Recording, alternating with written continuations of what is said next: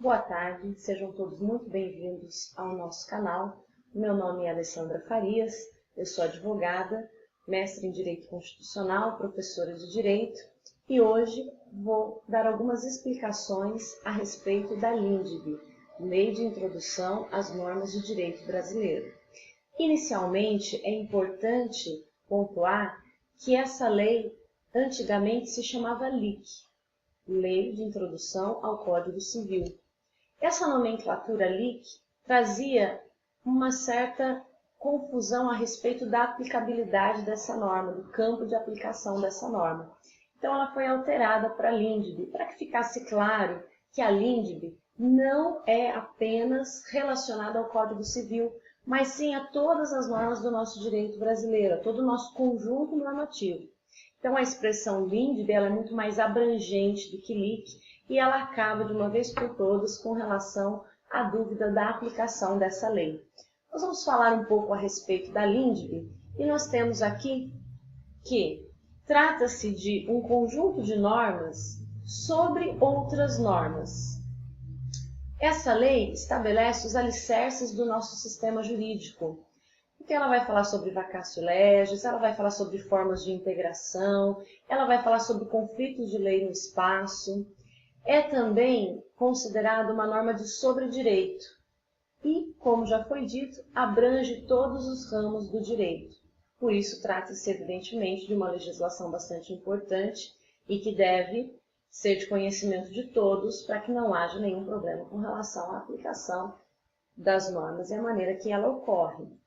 Nós temos aqui alguns temas que são tratados pela LINDB, como vigência e eficácia da lei, no artigo 1º, conflito de leis no tempo, obrigatoriedade do conhecimento da lei, no artigo 3º, meios de integração de omissões da lei, importantíssimo, artigo 4º, nós vamos depois ter um tutorial só a respeito desse artigo, métodos de interpretação da lei e retroatividade da lei.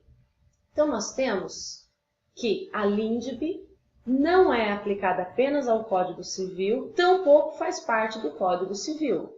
Ela é, então, uma lei de sobredireito, uma lei sobre outras leis.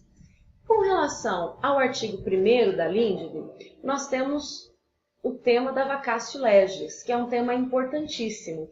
O que é a vacatio legis? A vacatio legis é um período onde a lei está congelada, aguardando o momento de surtir o seu efeito, de ter aplicabilidade, de ter vigor. Quando eu estou no momento da vacatio legis, a lei já foi feita, ela passou por todo o processo legislativo, ela já está pronta, acabada, ela tem validade, porém ela está aguardando o momento de produzir os seus efeitos. A vacatio legis é um período que o legislador entende que a sociedade necessita para se adaptar à lei, para conhecê-la e para verificar qual será o seu procedimento diante daquela lei. Então, quando nós temos o procedimento normativo, que começa lá com a iniciativa, nós temos iniciativa, logo depois temos aprovação, sanção ou veto do presidente da República, promulgação e publicação no Diário Oficial. A partir da data da publicação, eu devo perguntar qual é o tempo de vacatio legis. Quais são as regras com relação a esse tempo? Nós temos aqui um prazo-regra de 45 dias após a publicação. Então, se o texto de lei, se a lei nova não trouxer nenhuma disposição a respeito da vacatio legis, o prazo que será contado será um prazo de 45 dias após a sua publicação. Então, significa que nesses 45 dias a lei estará ali adormecida, aguardando para ser aplicável à sociedade, para estar em vigor. Esse prazo tem algumas particularidades. Caso a lei tenha um artigo específico lá no seu texto, dizendo essa lei entra em vigor na data da sua publicação, então esse prazo será alterado. O 45 dias é o prazo regra.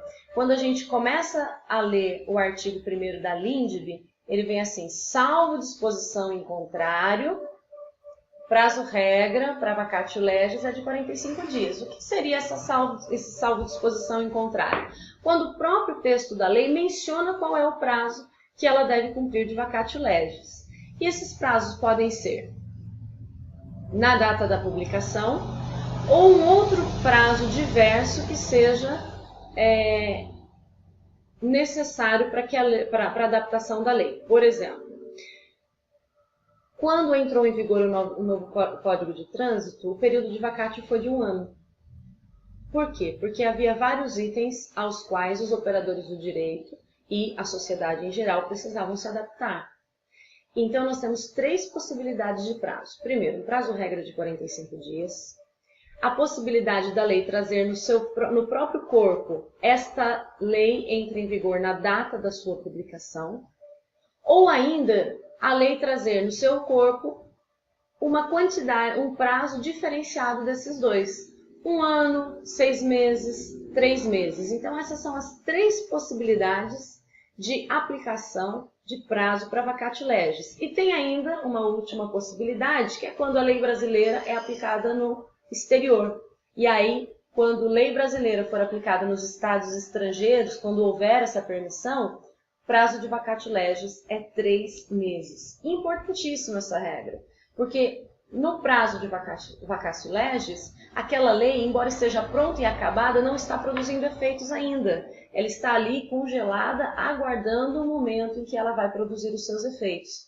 Significa dizer que durante o período da vacatio legis, a lei que está vigente é a lei anterior àquela nova lei que está inovando o ordenamento jurídico naquele momento.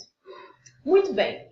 E quando, durante o período de vacatio legis, essa lei sofrer alguma modificação no seu texto?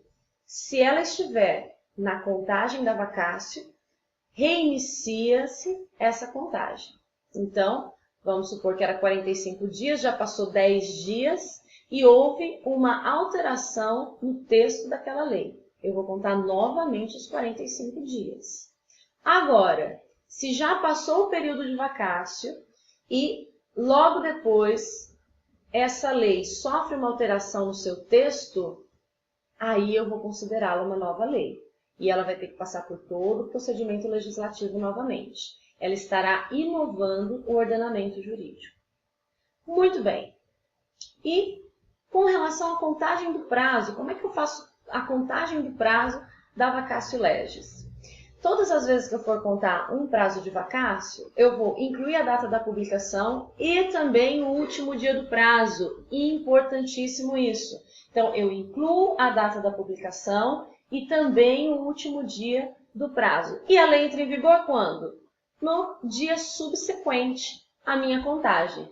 Vamos dar um exemplo. Se eu tenho uma lei que foi publicada dia 5/3/2016 e no texto da lei tem um artigo dizendo essa lei cumprirá a vacatio legis de 5 dias, quando que a lei vai entrar em vigor? Então vamos contar. Dia 5/3 eu tenho 5, 6, 7, 8, 9. Contei o dia do início e contei o dia do fim. Significa dizer que essa lei entra em vigor a partir do dia 10/3/2016.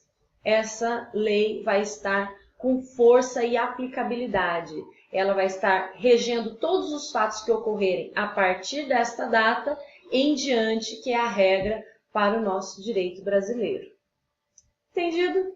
Espero que vocês tenham gostado, que a explicação tenha sido clara. Nós vamos continuar a nossa série de LINDB, falando ainda do artigo 2º, do artigo 3º, do artigo 4º. Conto com a presença de todos vocês nessas explicações e até a próxima!